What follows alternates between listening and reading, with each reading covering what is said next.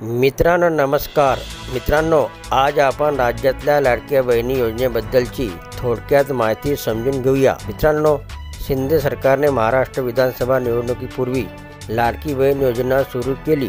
योजनेचे निकष सैल ठेवले। महिलांना 1500 रुपये दर महिना थेट बँक अकाउंटमध्ये मिळतील अशी व्यवस्था केली। योजनेवर निवडणूक काळात टीका झाली।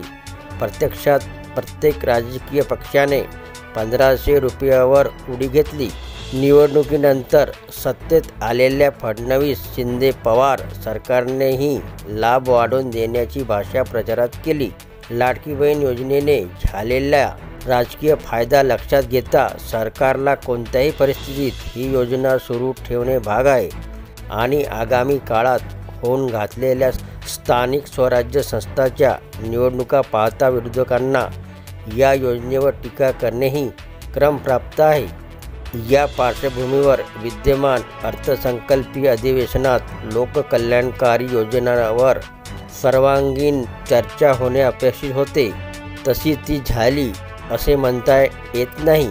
लाडकी बहीण योजनेसाठी सरकारकडे पैसा शिल्लक नसल्याने लाभार्थ्यांची संख्या घटविण्याचे प्रयत्न सुरू आहेत, असे आरोप अधिवेशनापूर्वी झाले।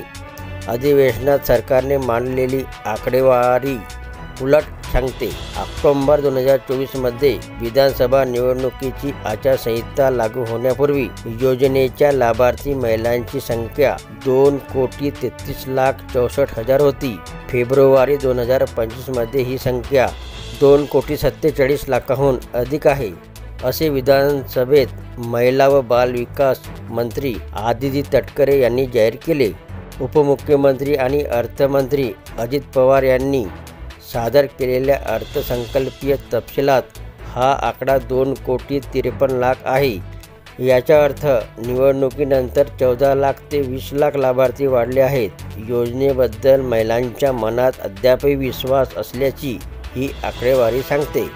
अर्थसंकल्पात योजनेसाठी 36,000 कोटी रुपयाची तरतूद करून ठेवली आहे।